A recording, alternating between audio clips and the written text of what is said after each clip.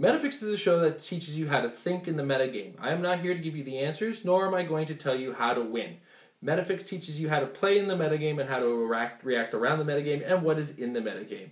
If you're looking for the answers, try HC Realms, check the forums, they have all kinds of neat toys and tools and teams being brought up, and check the results of a lot of the ROC tournaments or any Worlds tournaments to see how teams played out and what teams were used for. I'm just here to help you think.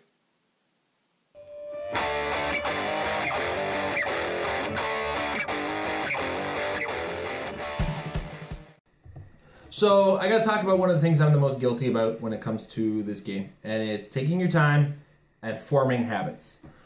Now, I'm starting to get better at this, and it takes a little bit to get into this game. Now, I know I talked many a time about how dynamic this game is, how much is going on in this game. This game is nuts.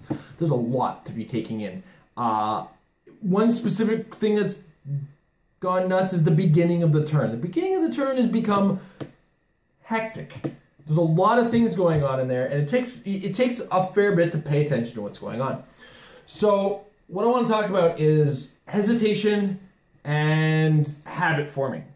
Now, when I talk about hesitation, if you watch me play in a competitive tournament or in a tournament, and it becomes my turn, there is a slight pause before things go. Now, I do acknowledge to my opponent, okay, when they say it's my turn. You know, Amber, give me an example. It's like, say my turn. It's your turn. Okay, thanks. And then I'll hesitate, and then I'll look. And then what I'm already doing is I'm already starting to plan what I'm doing. And then what you want to do is once you have kind of an idea of what's going on, the first thing you say, I don't care if you have no effects. You say beginning of the turn. This is the habit I developed from playing Magic the Gathering in the Versus system and Yu-Gi-Oh! Yes, I played Yu-Gi-Oh! For a very short amount of time. And these games happen in phases. Now, Heroclix has basically 3 phases. Beginning of the turn, turn, and a turn. That's it. Not a whole lot of craziness going on, right? But beginning of the turn has effects, middle of the turn has effects, end of the turn has effects. Now, the middle of the turn, of course, is where you do your actioning. Get to there in a second. So, when you say beginning of the turn, you've acknowledged to your opponent that everything you're doing is part of the beginning of the turn. And then the second that you take a non-free action, you've now acknowledged that you are in the midst of the turn. Now, there are exceptions to that non-free action, including such things as ID cards. The ID cards are allowed at the beginning of the turn and do not end the beginning of the turn phase.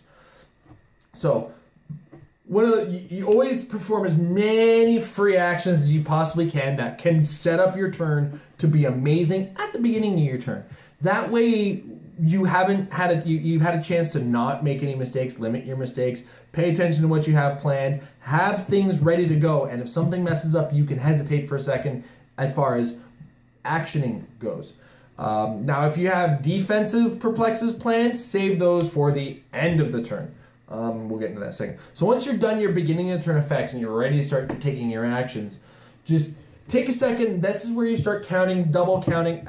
I'm the most notorious for triple counting, but I always want to make sure that my opponent sees that I am working out these things and explaining to them. And the thing is, counting the squares, you're not doing anything just yet. Counting the squares, you're planning. But once you're done counting the squares, the second you start declaring the action, that's where you're at that point where you gotta tell your opponent what you're doing.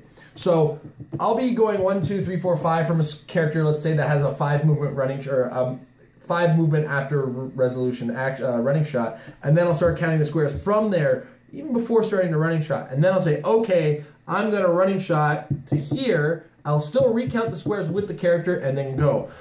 This helps you and your opponent understand what's going on. You see from the get-go what's going on. And during that counting phase, you'll look at it for a second and miss the line of fire. You'll see that your probability controller isn't quite there, so you got to kind of replan. And that's an important aspect of the game, is planning your move and then reacting to mistakes that can be made there. You don't now. I'm not saying take 10 minutes to take a turn. That's nuts. But make sure you're visualizing it yourself as much as you can for your opponent.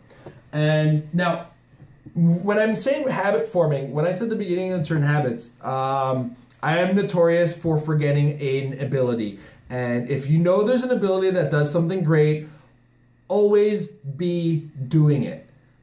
Always be perplexing. Always be blacklight ringing. always be outwitting. Always outwit. If there's something you can outwit, just do it. I don't care if it's not going to do anything. Outwit that dupe's flight, because you know what? At one point, you're going to be in line with an impact beam while he's on elevated terrain, and if you're used to outwitting that flight, it's going to be ready for you. I don't care if they have power cosmic. Find something on that dial to outwit. Always be outwitting. Always be perplexing. Always be doing free actions that you can do. Now, of course, you have to limit that in the presence of a green battery, but just make sure you're using these abilities that you have the options for. The green battery will really throw off your habit forming, I'm not going to lie. Abilities that limit these things can completely just throw you through a loop. So again, always be free actioning, and then always be planning. And then we get to the end of the turn, and this is where you always be getting ready to defend. You can still take free actions at the end of the turn. That's kind of like the beginning of the turn. Free actions can still be taken as part of the end of the turn phase, and any end of turn effects that take place, because there are effects that occur at the end of the turn. Yeah, so just develop these habits of announcing the beginning of the turn, even if you don't do anything. If you know for a fact that your team doesn't do anything at the beginning of the turn, you say, beginning of the turn, look, see that you can't do anything, and then, okay, I have nothing to do at the beginning of the turn, I'm going to go on to taking some actions. Or even just announce the beginning of the turn and then take an action. That marks you're taking you're moving beyond the beginning of the turn. And then end your turn, you turn to your opponent and say, end of my turn, and this is where you clear, this is where you do free actions to perplex things up, just kind of wipe up your turn at the end of it. I hope this has been useful for you guys. I'm hoping it's going to be useful for myself, and I'm going to watch this video before every competitive tournament from here on in. In the meantime, don't forget, practice makes your team stronger, especially with good habits.